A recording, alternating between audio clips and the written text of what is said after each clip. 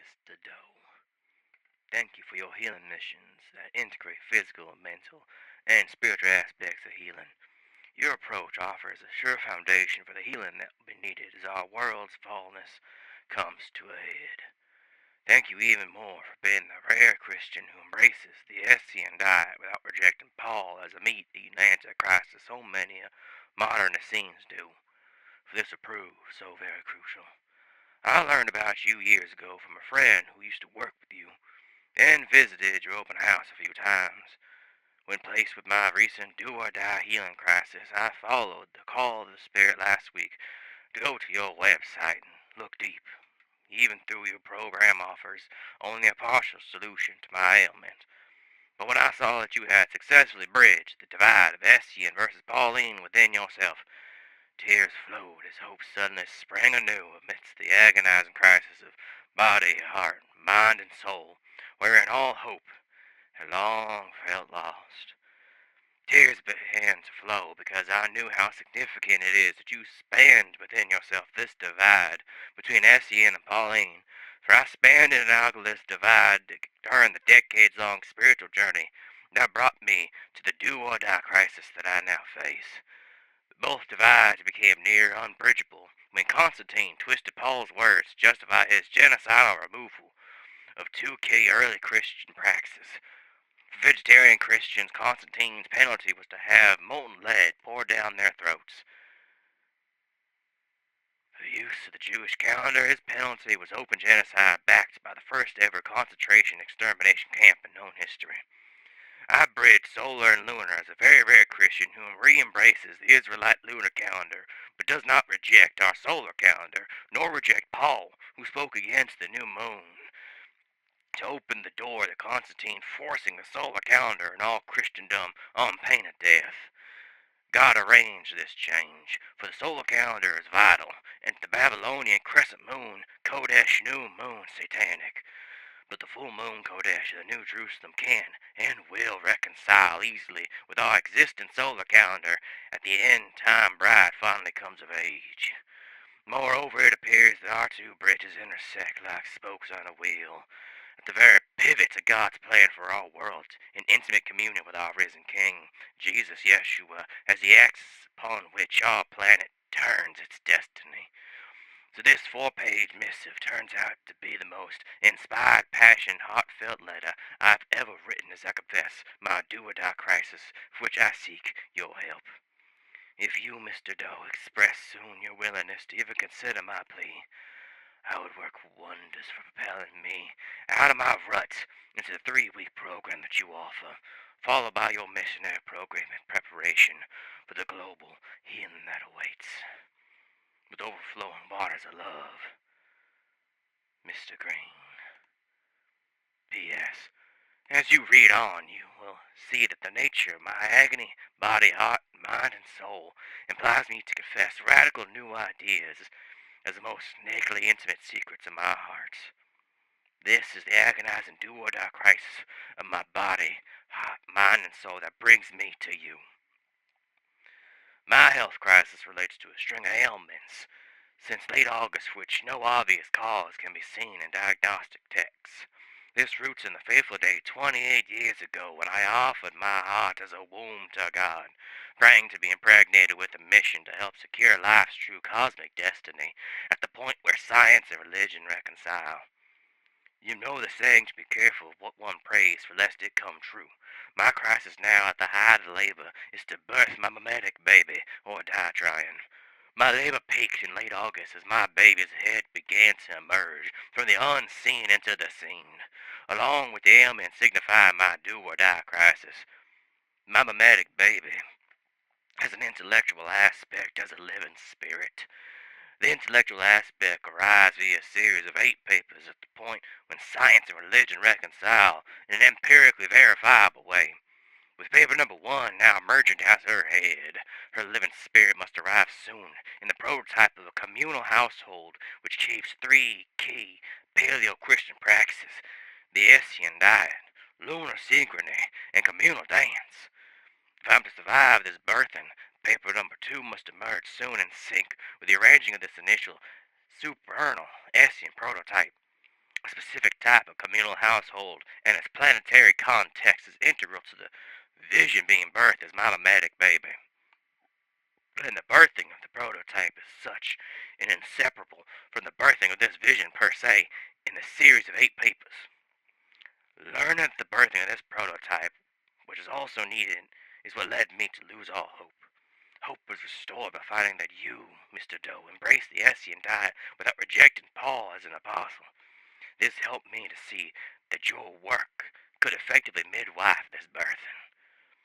The above prototype would integrate your work, healing mythology, and spiritual focus into a deeper healing mythology, able to deal with the horror toxicity of the COVID spike protein, be it from the virus or the vax. This prototype would also serve as the unfertilized ovum for the self-organizing, self-replicating Essene households of the future. They would earn their living via the healing power, while also acting to heal the growing triactylic of mass insanity that so badly vampirizes the core of Western economic system to so hasten our doom. Aside from accepting Paul, the 3 qualities make your work a potential ideal institutional midwife. Your curriculum is foundational to the above. Graduates of your missionary program comprise a large set of people, wherein could likely be found the few highly qualified, diverse volunteers needed in the prototype communal household as midwives in this birthing, along with many others qualified to serve in households of this sort. Your existing facilities for wheatgrass production, etc., could slash the cost of this prototype household if located nearby. Paper number 1 puts the above household and papers number 2 through 8 in context. It shows how the evolution of the Judeo-West socioeconomic system of the last 500 years did track the evolution of a supergiant star via simple, non-linear time relation from socioeconomic protostar in the early colonial era to the brink now of a hyper-stagflationary core collapse when we go into supernova and sync with total bionuclear Armageddon. 15 of its 18 pages present this horror not as a cheap metaphor for doomsaying, but as a very detailed parallel that serves as a black pill of total doom to help us all confess beyond all doubt to our dire need for divine intervention. Note that the existence of this stellar socioeconomic parallel is very hard evidence that our planet is indeed governed by an insane demiurge, a deeply insightful idea, falsely anathematized from the Roman Church despite being implicit to Paul's message. Marcion, Valentius, and Origen all use Paul's word as foundational to their doctrine of a demiurge. The Gnostics of old erred in serious ways, but not in their perception of an insane demiurge. Paper number 2 uses dual aspect law to explain the SSEP. Classical physics explains objective forward in time causal process. Paper number 2 integrates subjective backward in time retro-causal process thereinto via simple twist and understanding of time.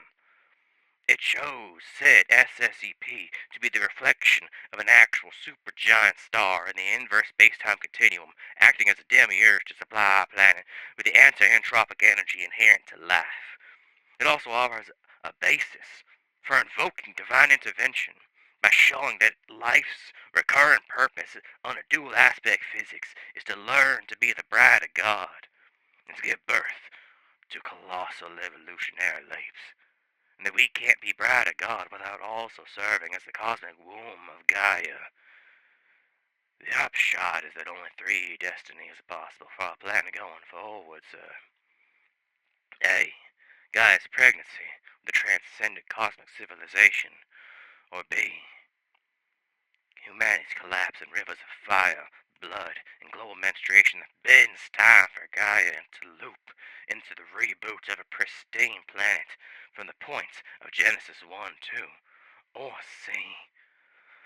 A global menopause in the utter sterility of life, an enduring scarcity on a depopulated prison planet, in a solar system with resources sufficient for an ecosystem billions of times Gaia's capacity.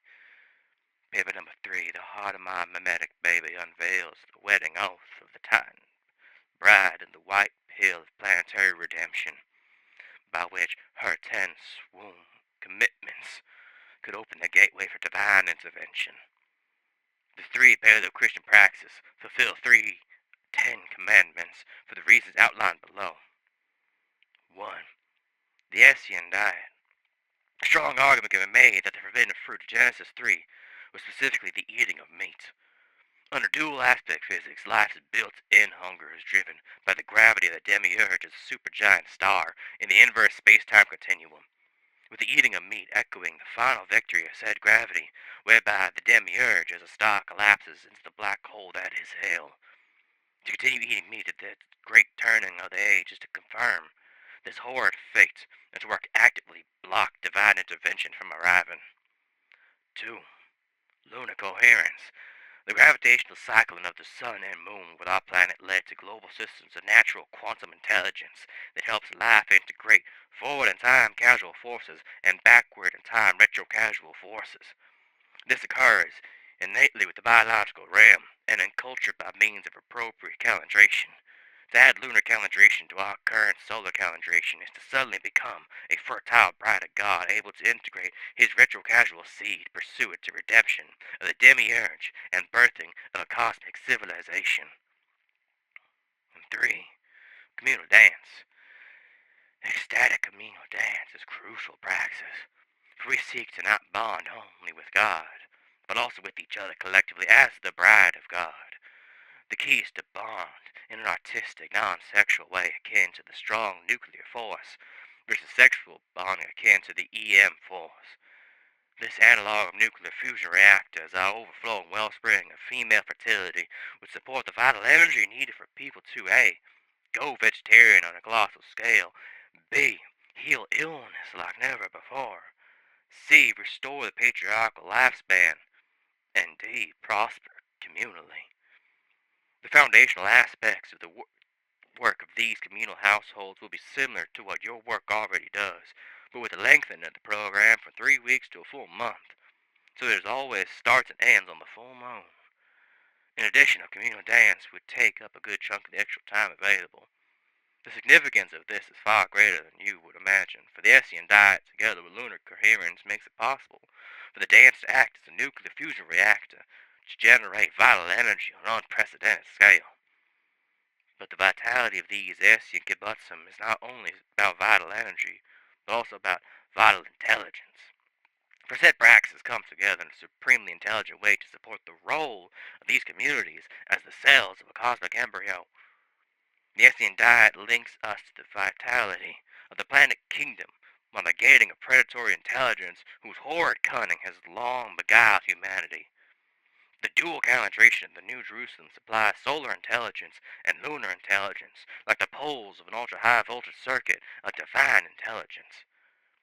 The communal dance provides a level of empathic communion that weaves each kibbutzal cell into the communal intelligence with potentially awesome insight into biblical theology, dual aspect physics, global healing, the giga-scale expansion of life into outer space, and so much more.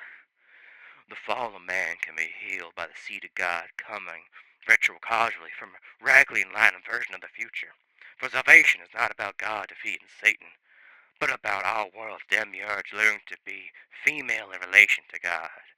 A prototype kibbutz based on these three praxis would serve as an ovum for the self-organizing, self-replicating Essene kibbutzim of the future, who in turn would serve jointly as the embryo of cosmic civilization. What is needed for the details of the bridal oath to go viral in the Essene faith, and for the prototype kibbutz to receive God's seed as an exemplar of what is possible. Your work seems to be ideal host for this prototype, sir. The multifaceted topics of cost and funding will need to be addressed, but since God will provide, the question for now is how it feels good in principle for you, and I explore the many deeply possibilities of your work helping to sponsor this here prototype. Without community that keeps these three praxis, I am forever like Paul, at war with my own lower self. I so need communal support for all three praxis. The agony over its lack was off scale as I wrote the first draft of this letter to petition you, sir, to act as lead midwife in the birthing. But now, in this final pro-free, there is not but joy. For what I need for now and for the weeks to come are not big outer changes, but simply the dialogue that aligns us ever better to the transcendent destiny ordained by God, from which flows, backward in time, the supernatural healing force needed to heal our entire planet, myself included, if we but align. Lastly, may this appeal for your midwifery be a truly special present to you, and your reply be thus for me. And via our interaction may our risen King, Jesus Yeshua, on this glorious day receive his long-awaited bride as the Christmas gift of the ages. P.S. Once you've gotten over the shock of everything you just read, I welcome whatever you feel inspired to share in regard to my plea for midwifery. May it be a joy for you to write. Signed,